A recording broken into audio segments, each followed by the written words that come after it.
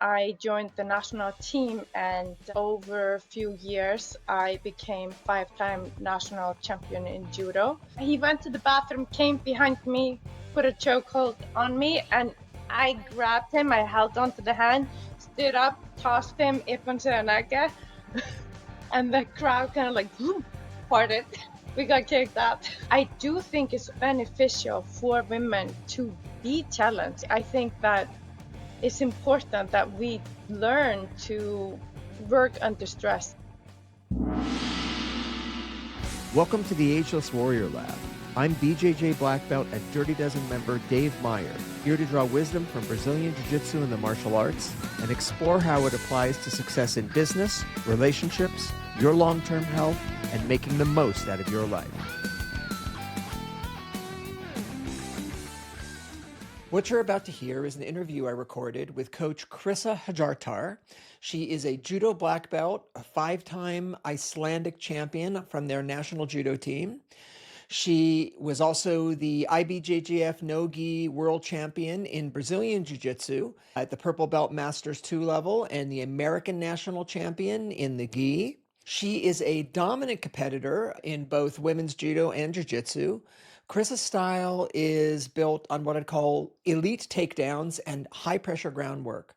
She's currently a brown belt in Brazilian Jiu-Jitsu under Gil Melendez and Jake Shields, and she coaches advanced no-gi Jiu-Jitsu at El Nino Fight Center in San Francisco, and she teaches all levels Jiu-Jitsu at Scrap Pack Mission, also in San Francisco. Chrissa also happens to be on the board of my nonprofit, Humane America Animal Foundation. She is the wife of Arvind Gupta, who is a black belt also under Gil Melendez and Jake Shields, and a friend and training partner of mine. And you can catch his interview in one of the earlier episodes. In this interview, Chris and I talk about her experience as a woman in the sport and her expertise at leg locks and foot attacks and her thoughts on that, and also talk a little bit about her artistic side.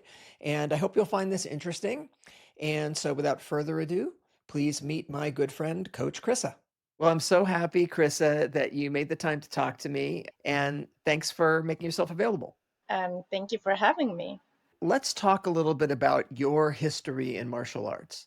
I know you started back in Iceland before you got to the States. So what got you into martial arts? What did you train, and how did you get connected up with Brazilian Jiu-Jitsu and submission grappling here in the United States?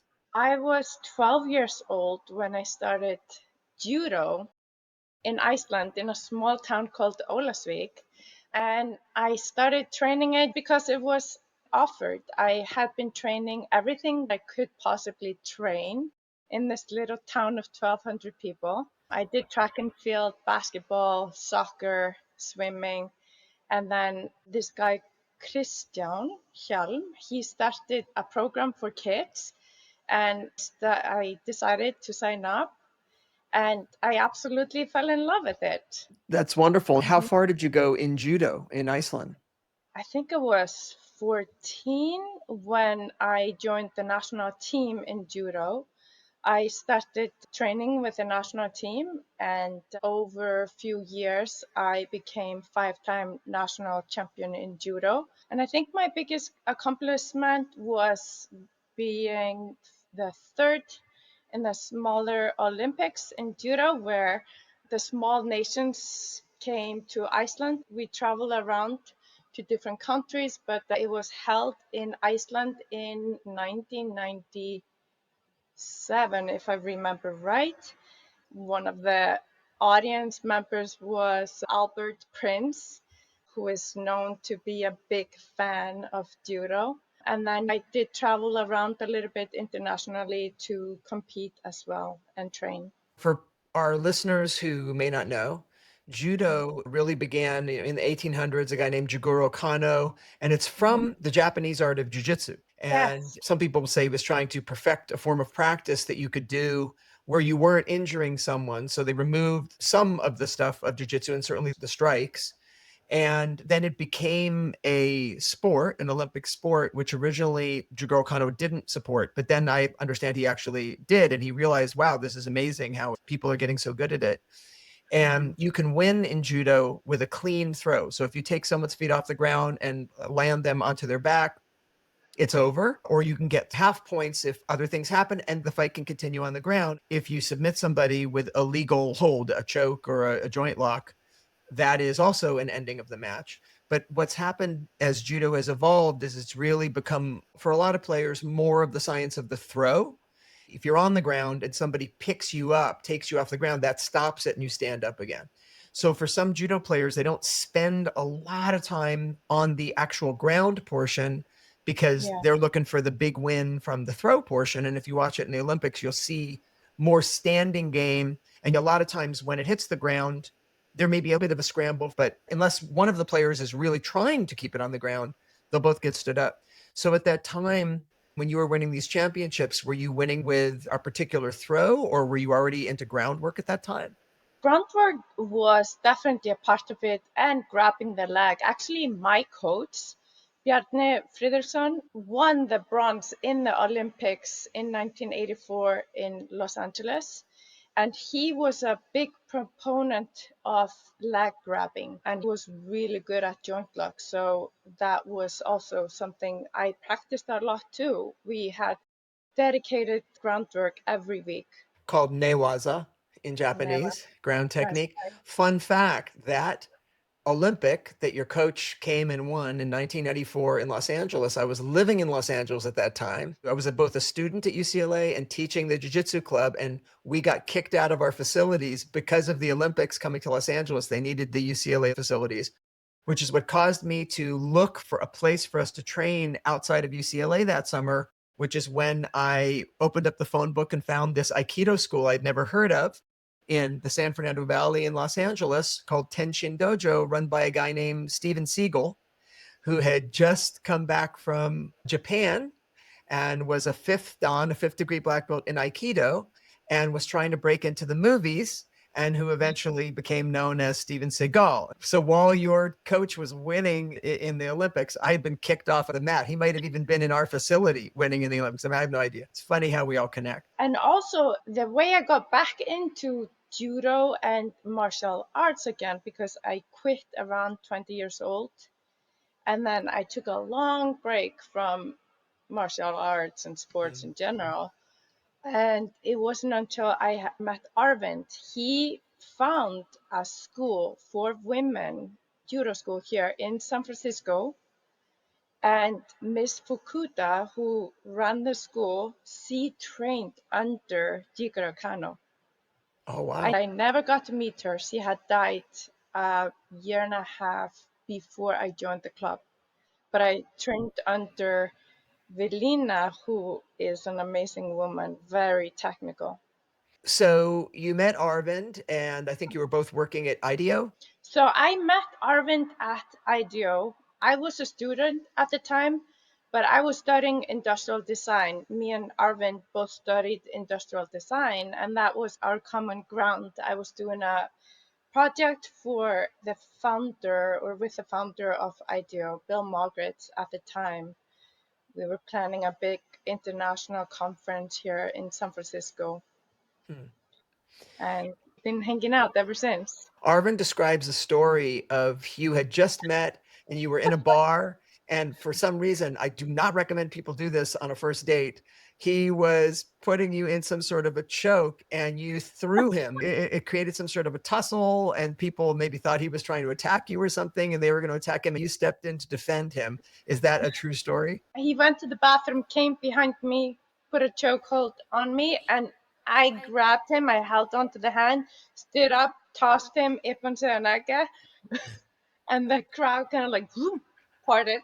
We got kicked out. That's a great first date. I don't recommend you try that at home. But Arvid started training and discovered you were involved in judo and was training in Brazilian Jiu-Jitsu. What got you to want to come back into it? And I want to ask you also just about your experience as a woman in the martial arts, because it's tough, especially in the grappling arts, grappling with men. Of course, you grew up in grappling arts, probably doing judo with men. So you had that leg up. But what caused you to get into jiu-jitsu? I would go watch Arvind at practices at El Nino. He was training MMA and jiu-jitsu, and it was all no-gi at the time. But it got me really excited to maybe get back into it. So Arvind started looking around for a women's program, and then he found this judo school in San Francisco. Also, Dan Marks was teaching at that time, and he actually connected me to Christy Sullivan, who was teaching a women's class at Half Gracie. Hmm. A wonderful girl, very good coach, and I actually joined Half Gracie and I practiced there my whole first year. I actually became a American National Champion as a white belt 3 months after having Luca, my first daughter, Was that in gi or no gi? in gi. And then I started trying out no-gi and I fell in love with no-gi. And that's why I joined El Nino. I got to train more and more with Arvind and never went back to gi. It's great to live with somebody who's interested like you and he's of a similar size to you, which is nice. So you really can train together. And of course, he's very strong, like one of the strongest guys I know, pound for pound. But Yeah. theoretically, what works for him should work for you. So you could really come up in this together. You're both relatively smaller, and I know it can be land of the giants when you're training with the guys, especially in an MMA gym where these are Mhm. fighters coming through. And even if they think they're toning it down, they don't tone it down. They just have one gear, and that gear is explode. Yeah. What are some of the challenges that a woman faces in that situation? Have you had any challenges? And then I'll be asking you, are there any benefits to being a woman that you can think of? But what are some of the challenges you've encountered being a woman in this extremely male aggressive mat, which I should say, El Nino, and I trained there for many years. Gil and Carrie are great.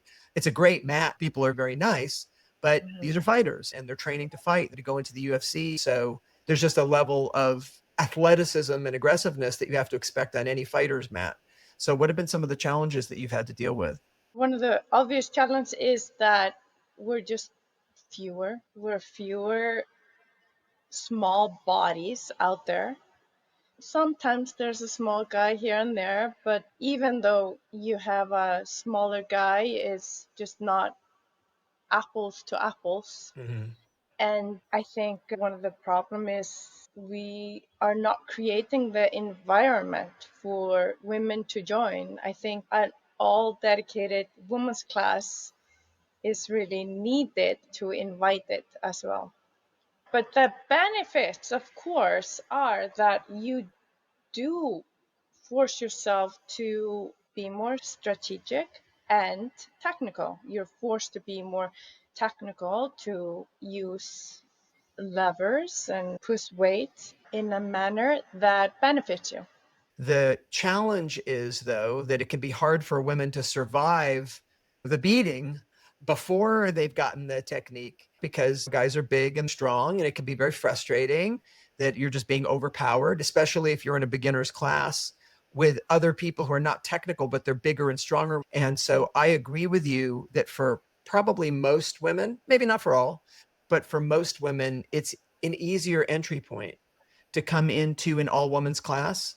And ideally, an all women's class that's being taught by a woman. That really didn't exist in the past. And you are now a teacher. You're not just a teacher of women, you're a teacher of guys because you're seriously badass. But I think that's really true for a lot of women. It allows them to have a more friendly environment and at least not be dealing in what I call land of the giants, which Yeah. isn't to say women are not competitive. I've seen women's classes where the women are just killing each other, but at least they're trying to kill each other in an apples to apples fight. Setting aside the men are stronger and bigger, and that's just going to be the way it is. Have you had the experience that men don't like to lose to women? Oh, yes, for sure. It happens all the time. I don't like losing either, but it's something that I've become better at controlling myself. Just let it go. If someone's going crazy, you just have to not resist it. What I've observed is a guy doesn't want me to make them tap, but if I get them in a position and it's obvious that it's over, they'll tap. Depending upon the guy, when that guy's with a woman, he will just fight much harder, will do anything he can to avoid tapping to a woman. And that puts the woman in a difficult position because, well, you going to injure him or are going to let him go and reward that behavior. And maybe as more women are coming into the sport, more guys are getting more accepting of that. And so maybe that isn't as much of an issue. But I'm Yeah, sure it still is with some people. And it's just something that I think women have to deal with. yeah. I want more women to get involved in Brazilian Jiu-Jitsu and submission because I think it's a great form of exercise, but I think it's a great form of self-defense. I wonder your thinking on that. I think it's a fantastic sport for women. Any woman who learns martial arts, and particularly jiu-jitsu, is walking more confidently outside of the mats for sure. When you walk around outside and with confidence, you are not the same victim as someone who walks with a broken posture, for example, and is scared to be in the world. A rape situation is a man inside a woman's legs, which is exactly a jiu-jitsu situation where if you're on your back, if you're good at jiu-jitsu, you can attack really well from there. That's something that women really can get good at. And as we all know, smaller people beat bigger people all the time in grappling. And of course, you're getting used to big, heavy, sweaty guys. So you're not as afraid of the contact. When I teach women's self defense seminars, the first thing I would do is just have people push each other.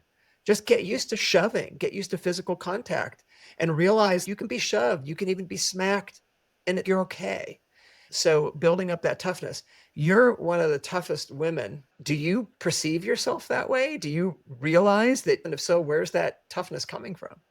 Yeah, I do realize it. I am tough. I think maybe from growing up, I started working in fish factories when I was 12 years old, and I learned to work hard and work physical labor early on, and I really enjoyed it. And I was very athletic as a kid too, and I always tried to push myself to the fullest, no matter what sport I was training. Do you have anything you'd like men in the sport to know or understand about training with women? Any pointers you want to give them or things you wish more men understood? It's a tough one. If you're a man who's more technical, maybe stronger, I think it's a good idea to work on your defensive game. You don't have to try to break someone or win someone and be super tough with the women. Put yourself in a bad situation and try to work from there. Try to turn it into a learning experience because there's always a way for us to learn from anyone we roll with. I do that sometimes when I'm with someone, man or woman, who's not as technically good or smaller. I don't want to use my strength. I will work from my back, let them try to pass my guard. If I'm better than them, I might not use my arms and just defend with my legs or something. And that's fun and challenging for the other person. I do that with women a lot because I'm almost always much bigger. And that's a Yeah. good chance for them to practice. I'm not abusing my size or strength. But one thing I've noticed is that when it comes to attacking rear naked choke from the back, women have an advantage by having skinnier wrists. I don't know if you agree, but it is harder for me to keep my chin down and Uh-huh. keep a woman or a person with a thinner hand from sliding it around my neck than a big, muscular, beefy hand. Do you have a sense that it's easier for you to sink a choke than it might be for a guy with a big arm? Yeah, I think it's an advantage. It's like a blade, and it, both for guillotines, rear naked chokes, and other strangleholds. Gives a big benefit.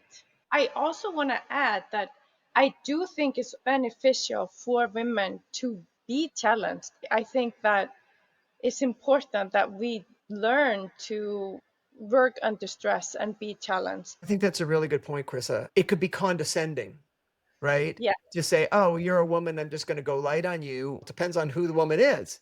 Women are tough. They can take it if they're on the mat and they can dish it out. And I think that's a really good point to walk that balance between not abusing your massive strength differential if you have one, but if someone's there to fight, fight. You have become a master of leg attacks. And I'm wondering what has drawn you into leg attacks, by which I mean heel hooks, knee bars, things like that. Talk to me about your understanding of that game, why you like that game, and how it's affected your overall approach to jiu-jitsu. I think for few reasons, both the evolution of the art, we're just have been seeing more and more leg locks in the past few years. Secondly, leg locks are fantastic for a smaller person going against bigger person. So for me, leg locks work really well against guys. And Arvind is also fantastic at leg locks, and he has inspired me a lot and forced me to evolve my own game in leg locks. So is that part of what you teach in the classes you're teaching in the San Francisco Bay Area?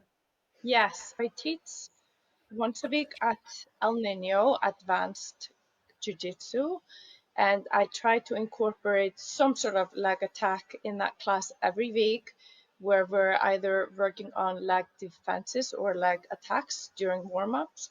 And then I also teach at Scrapback Mission.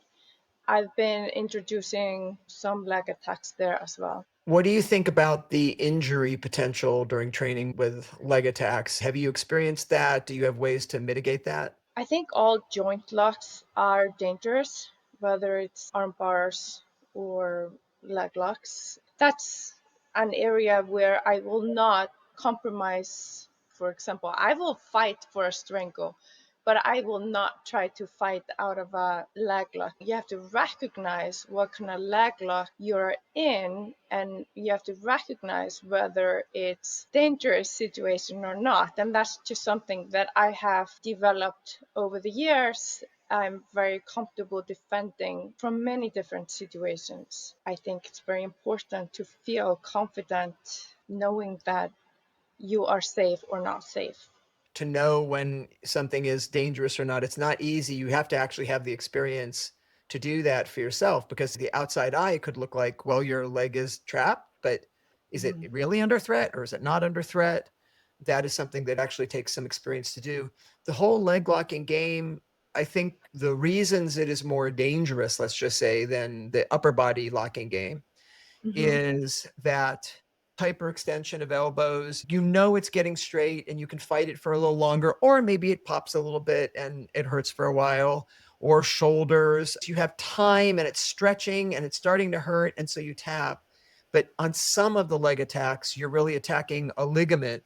You don't feel any pain until the moment something pops. Now suddenly the injury is on, and it could be a serious injury that's going to have you out for a while. The Yeah. price is high and the warning sign is low. And what I hear you saying is your knowledge can replace that rather than, oh, pain, your knowledge of I'm in danger and we're getting closer, even if you're not feeling the pain yet, your knowledge has to step in and be the thing that is warning you to say, this is a dangerous situation. Yes. I would generally agree. You probably shouldn't be fighting out of any lock. If you really want to learn what I call goal line defense, meaning, okay, I would like to understand if I'm really near tapping, how to get out of that. And Mhm. very frequently, that's a younger person's game because it is going to involve some flexibility and wiggling and twisting and things like that. That, at least for me in my 60s, I don't want to roll myself that way. I'll just tap, Yeah. but I want my time spent working on getting into that position. I'd rather spend 15 minutes defending right when you set up the attack and not letting you get it on than 15 minutes of I'm 95% in the grave. And now how do I get out? It's good to have that goal line, that last bit of skill, but it's much better to invest the same amount of time in how not to get there. Then you won't ever have to deal with that. That's my feeling on that. Definitely. Now, that said, I remember a time when my coach Higgin took two of our best brown belts who were both bigger than him and laid down on the ground and extended his arms like a crucifix. And he gave an arm bar to one guy on one side. So that person had his legs over the head, arm bent, I would say 70 degrees, something like that, and gave an arm bar to the other guy whose leg was over his head at the same time and had his arms a little bit bent and then said, go. And they were just trying to crank on his arm and he was twisting and moving. Now he would have been in his early 20s at the time, so he still had some of his flexibility. But two big brown belts, both stronger than him for sure, with the arm almost in the arm, and he was negotiating and slipping and slipping, and then he got one arm out, and then the other guy jumps onto his back and is trying to choke him while he's choking out the other guy. Then he deals with the guy on his back, and he won. So that is a crazy level of ability to fight at a goal line defense, like a situation that would never happen. Yes. So I'm not saying there's no place for that's amazing, but I think for most people, your time is better spent not fighting out of bad situations, but examining how you got into it and being sure not to get into them. It reminds me of the match with Gordon Ryan and Craig Jones at EPI finals. I can't remember what year, but that was an incredible display of skill that Gordon showed. He had his arm fully extended and he got out. So EBI, Eddie Bravo Invitational, Eddie, also a good friend, as you know. One of the things that they do is they do situational stuff where you give the person a near finish and then it's how quickly can you escape and can you escape. And so that is absolutely working the goal line defense. That's a football analogy. The reason they do that is because at such a high level, it's hard for anybody to ever get a finish on anybody, right? So if you say, okay, we're going to have a tournament where I'm going to take the best guys, but we're going to do a series of scenarios where each of them starts really close to a finish, that's going to create some really interesting action where if they're just going head to head, they might not get to that advanced a position. It's a really interesting concept. Eddie is just a genius, and I really love his creativity. I think it's important to train for these scenarios, actually, starting with a fully locked out leg lock or locked out arm lock and work from there, because it does help you train the sensitivity to a very late escape. Okay, you like practicing goal line defenses. I do. May I ask how old you are? I'm 45. I agree with you. That is it. Look, if you're a master in the art, you should be able to deal with any kind of a situation. Yes. Fair enough. Yeah. Do you have any coaches who've stood out in your training as being particularly good coaches? And if so, what was it about them that made them a good coach? Denmark's and Clopton were fantastic coaches when I joined El Nino. I worked the most with Josh Clopton. He taught me to be a fighter. He taught me to strategize. I can't say this word. He also, I think, unknowingly was starting to teach ecologically. He was also someone who was really supportive on and off the mats in defeat and victory. And he really helped me win my world champion title in 2018. I worked a lot with him before then. I really miss him. He's not here anymore. I spent a lot of time with our friend Cody Orison. Mm-hmm. I like how systematic he is and detail oriented. I really appreciate his attention to details. I think details matter, especially when you're a smaller person. I experienced going to train with people like John Danaher in the Blue Basement, amazing coach. Through that COVID time, we experienced just learning from him online. Same with Garrett Tonnen. I got the experience of training with him through online as well. And I find it very admiring when a coach can just verbally articulate what you need to do. Yeah, learning online is not ideal, but it is one way to go, and we all had to do it to some extent during COVID. And then you, Dave, you were always, since white belt, what I really appreciate and what I learned from you is to think conceptually. I was always excited when you came to El Nino because I knew I would learn something new, not just a technique, but a new concept, a new way of thinking about something. And I think that's really important to be able to think about principles because it's impossible to just remember every technique that you're learning. It's so important to be able to think in principles. Thank you for that. Yeah, I'm big on that just because I feel like if you understand general principles about movement or about weight or just about whatever, you can start to teach yourself a little bit as opposed to individual distinct techniques. Maybe it's analogous to you can learn how to play a song from sheet music or something, and that's good. That's an individual technique. Or you can just learn how to play in the theory of music, and then you can make up your own songs. But I think you need both because I think the specific techniques are sometimes really important for illuminating how important that principle is. But Yeah. there's no question that I tend to, especially if I'm teaching more of a seminar or one-time thing. I'm just going to leave somebody with an understanding of a principle as opposed to here's 4 cool moves. The cool moves you can get other places, but I think the principle is what I care most about. And then I have to add, Arvind has been one of my main coaches also over the years because we've trained so much together and we've had kind of opposite styles a little bit over the years, which helps us learn from each other as well. That's a special thing to have as your life partner, also your jiu-jitsu partner. That can go well or not. There's a couple different flavors of that I've noticed. One flavor that sometimes doesn't go so well is when an instructor starts dating a student because there's Mm-hmm. that power differential. And sometimes it's not like an equal relationship. It's the instructor is holding power and it's often a male instructor, a female student, that sort of a thing. But Yeah. that can work out well. So then there is when people are both training together. So it puts you a little bit more equal. You're learning together and from each other. I think that's what happened with you and Arvind. During COVID, you set up the training mats in your own garage. So you really Yeah. could get down there anytime that people were coming to you. That's great. I think so long as there's mutual respect in the relationship, that no one has anything to prove, I think it could be really good. I think that you're just good life partners anyway. You seem to support each other. You just have a great family. Outside of martial arts, you're an artist. Are you still doing your art? And what is it that drives you to wanting to express yourself through art? And what mediums are you using? Yeah, I started my career as an industrial designer and then ventured into UX design. I actually built my own startup when we were living in China at the time. And then during COVID, I actually decided to switch into making oil paintings. And I still design logos and shirts. I just finished making the logo for Arvind's company.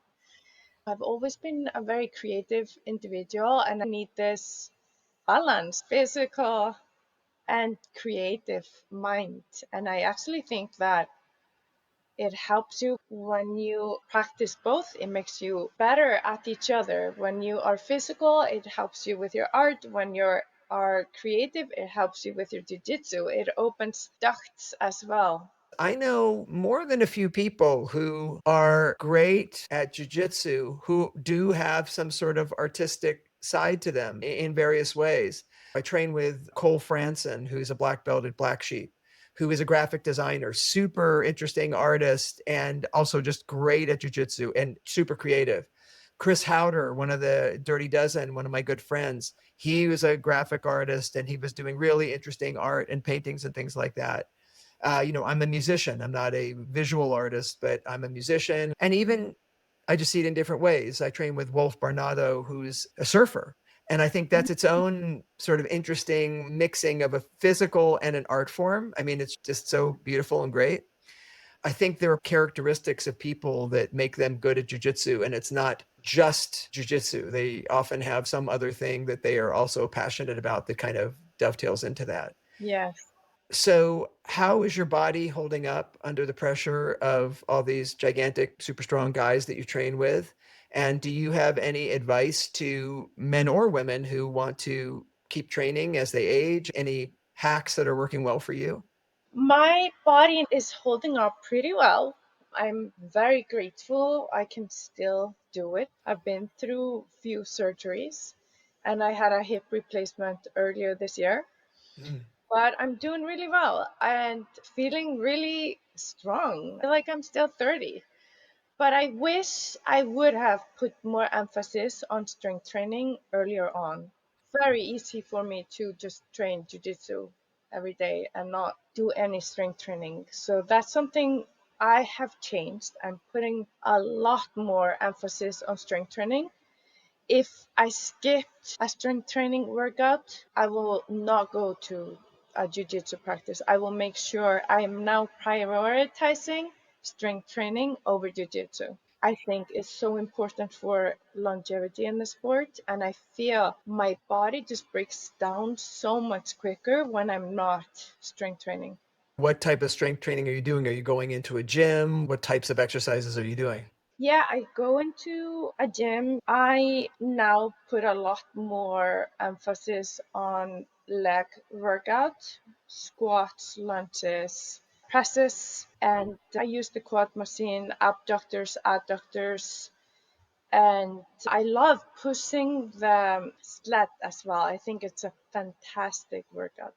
I love sleds. I think it's such a good workout. It used to be you just would pile weights onto it and do it that way, and it would be literally like a sled. Now, I Yeah. don't know if they have this at your gym. They have ones with wheels where you have a little lever to say how much resistance you want, which is basically the same thing, right? Oh, cool. I haven't seen that. Yeah, I like the sled better because a sled you can change directions with. So you can shift left, shift right, spin around, come the other way. The ones with wheels, they're kind of rubber wheels. You can't pull it to the left. It's still good for if you don't have a surface like the sleds in a gym, they usually have AstroTurf, like Yeah. fake grass. And Uh-huh. that's what you can slide it on. But if you're on a floor where it's going to scrape, then you do need the wheel. So I understand that. Okay, I got to tell you my preferred sled workout. They do have one at Uh-huh. my gym, and it depends on what phase I'm in, whether I'm using it or not. The two basic things you can do with a sled is you can push it or you can pull it. Are Uh-huh. you doing both? Yes. And you can vary how you're pushing it. You can make contact with your hands, you can make contact with your arms, you can make contact with a shoulder. For me, it's more just like how tired of my elbows from the last jujitsu. I just don't feel Yeah. like putting that much pressure. So I'll just Yeah. sort of lean in that way. Or if my arms are really tired, I will just do only pulls where I'll tie it around my waist or I'll just hold the straps in my hands and run and pull. But something about trying to run and being held back is so tiring. I talked in a previous episode about Sand Dune Park in Manhattan Beach, California, where we used to go with our Machado team, this super steep sand hill where you're running Mm, up it. And like the harder you run, the more you don't really advance because you just keep yes. pushing sand down. But it's that kind of a thing where you're exerting effort, but you're not really getting to where you think you should be going. And Yeah. that's what happens with the sled. Like you're running hard enough to be able to be across the room in 2 seconds, but you've only moved 2 feet. And so it makes you keep going and keep going and keep going. And one Yeah. of the things that I really like about pulling the sled for jujitsu is it's keeping you on your toes, Hmm. assuming that you don't have it so hard that you can't move it at all. It's keeping on your toes so you're really engaging your calves. And when you then remove the sled, it gives you this forward ability to close distance very quickly because that's exactly what you've been doing. You've been working off your toes to launch forward and you've been being held back. And I think it really helps with my takedowns with closing distance quickly. Yes, I agree. I feel a difference. I wish I could bring my daughters into the gyms. They would have a blast if I was pushing them and pulling them. That's right. They can be your weight. Yes. Your daughters are future champions for sure if they decide to go into jiu-jitsu because they're both brilliant and great, but they're also great athletes. You've already got them in rock climbing competitions and things like that. I'm sure you've made it available to them if they want to do martial arts stuff, but they'll just have to decide to do it if they ever want to Yeah, do they're it. actually doing wrestling too. They're competing in wrestling. At Love it. what age? They're 8 and 10. That's crazy. And is that a mixed boys and girls together or they have them? Yes. Yes, they're mostly wrestling the boys. That's what I would expect. You're going to raise some tough kids, man. And you can see how much confidence it builds in them too. In the first competitions, they were not super excited about it, not super excited about going with the boys either. But now they're like, I want to be that boy. Well, that's great. And at that age, the size differential hasn't quite kicked in. In fact, sometimes girls are even a little bigger, although I don't think yours are. Was there anything in your life that you would see at the time as a failure that in the end turned out as something positive for you?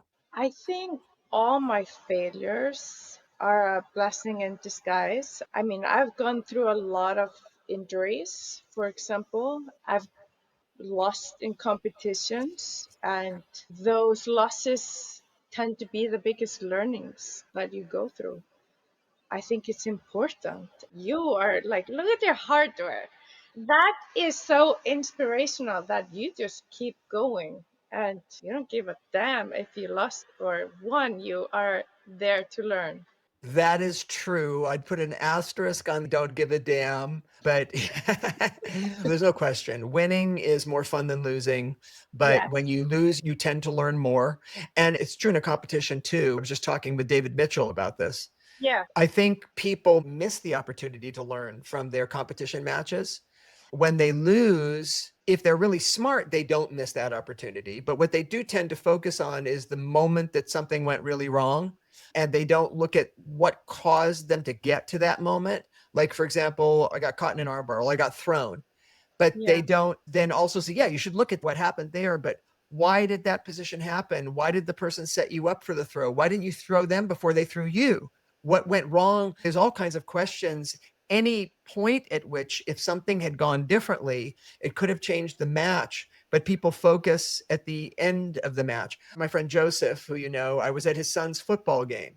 And then there was a moment that there was a turnover in the game where they gave the ball to the other side. And it really felt like that's the moment the game was lost. Because if Yeah. that wouldn't have happened, they would have had a chance to win. Yeah. But that's an incorrect view, right? Because, well, sure, if that wouldn't have happened, but if they wouldn't have had given the other touchdown 10 minutes ago, that also would have won now in the fight.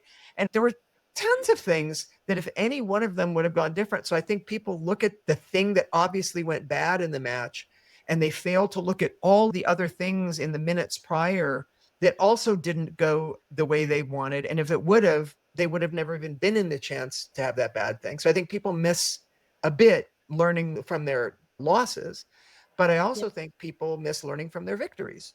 They will Yeah. just say, yay, I won, but they won't say, well, wait a second.